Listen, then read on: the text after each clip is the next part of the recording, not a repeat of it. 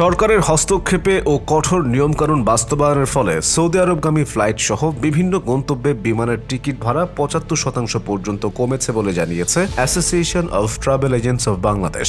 সুপ্রিয় দর্শক, আসুন জানি বাংলাদেশে এতদিন প্লেন টিকিট কেন এত দাম দিয়ে কিনতে হতো। টিকিট সিন্ডিকেট ও গ্রুপ বুকিং স্কিম। এই গ্রুপ বুকিং স্কিমের অধীনে টিকিটের দাম ১ লাখ থেকে ৯০,০০০ টাকা পর্যন্ত বেড়ে যেত। ভুয়া টিকিট বুকিং করে প্লেন সিটের কৃত্রিম সংকট তৈরি করত এক বিশেষ চক্র। এই টিকিট সংকটের কারণে যাত্রীরা বাধ্য হতেন বেশি দাম দিয়ে টিকিট কেনার জন্য। দেখা যেত ৩৫০ সিটের আসনে মাত্র ৫০ জন যাত্রী নিয়েও প্লেন গন্তব্যের উদ্দেশ্যে রওনা হয়েছে, এমন অনেক ভিডিও সোশ্যাল মিডিয়াতে আসতো। কলকাতা থেকে সৌদি আরবে অনেকগুলো বিমান চলাচল করে। এখন কথা হলো, কলকাতা থেকে সৌদি আরবের বিমান ভাড়া কত?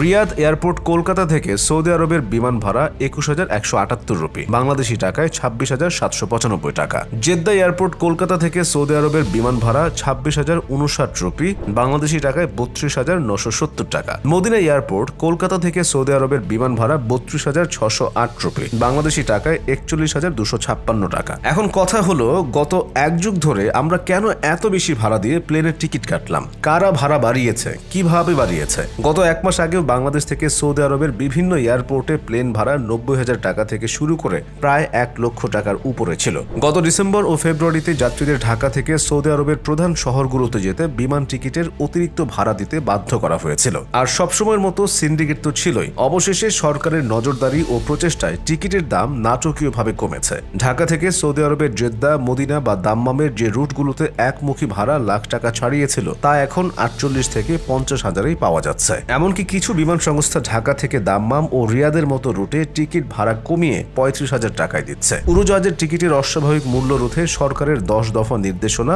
জাদুমন্ত্রের মতো কাজ করেছে। বিশেষ করে মধ্যপ্রাচ্যের রুটে টিকিটের দাম অর্ধেকে নামার তথ্য দিয়েছে association of travel agents of Bangladesh. বিমান ভাড়া নিয়ন্ত্রণ এবং বাজারের শৃঙ্খলা ফিরিয়ে আনতে গত ১১ ফেব্রুয়ারি বেসামরিক বিমান পরিবহন ও পর্যটন মন্ত্রণালয় একটি নির্দেশনা জারি করে। এই নির্দেশনায় টিকিট বুকিং এর জন্য কঠোর নিয়ম করা হয়। নতুন নিয়ম অনুযায়ী যাত্রীর নাম, পাসপোর্টের তথ্য এবং পাসপোর্টের ফটোকপি দিয়ে টিকিট বুকিং করতে হবে। এই নির্দেশনার পর বিমান সংস্থাগুলো পূর্বে ব্লক করা টিকিট প্রকাশ করেছে। এতে কম্পিউটার রিজার্ভেশন সিস্টেমে আসনের প্রাপ্যতা বৃদ্ধি পেয়েছে। যাত্রী ও ভ্রমণ সংস্থা উভয় টিকিট ভাড়া এবং আসনের প্রাপ্যতা সম্পর্কে রিয়েল টাইম তথ্য সেবা পাচ্ছে। এছাড়া বিমান সংস্থাগুলোর মধ্যে প্রতিযোগিতা বেড়েছে, যা দাম কমাতে উদ্বুদ্ধ করেছে। আটাব এক বিবৃতিতে সরকারের হস্তক্ষেপের প্রশংসা করেছে। বিমানে ভ্রমণকারী, বিশেষ করে সাশ্রয়ী মূল্যের বিমানের উপর নির্ভরশীল অভিবাসী কর্মীদের উপর আর্থিক বোঝা কমাতে এটিকে সময়োপযোগী ও প্রয়োজনীয় পদক্ষেপ বলে অভিহিত করেছে আটাব। আটাবের মহাসচিব আফসিয়ে জান্নাত সালে বলেন, এই উদ্যোগ কেবল যাত্রীদের জন্যই নয়, ভ্রমণ শিল্পের জন্য উপকারী, কারণ এটি আরো স্বচ্ছ ও প্রতিযোগিতামূলক বাজার নিশ্চিত করবে। এই পদক্ষেপ নেওয়ার জন্য আমরা বেসামরিক বিমান পরিবহন ও পর্যটন মন্ত্রণালয়ের প্রতি কৃতজ্ঞ।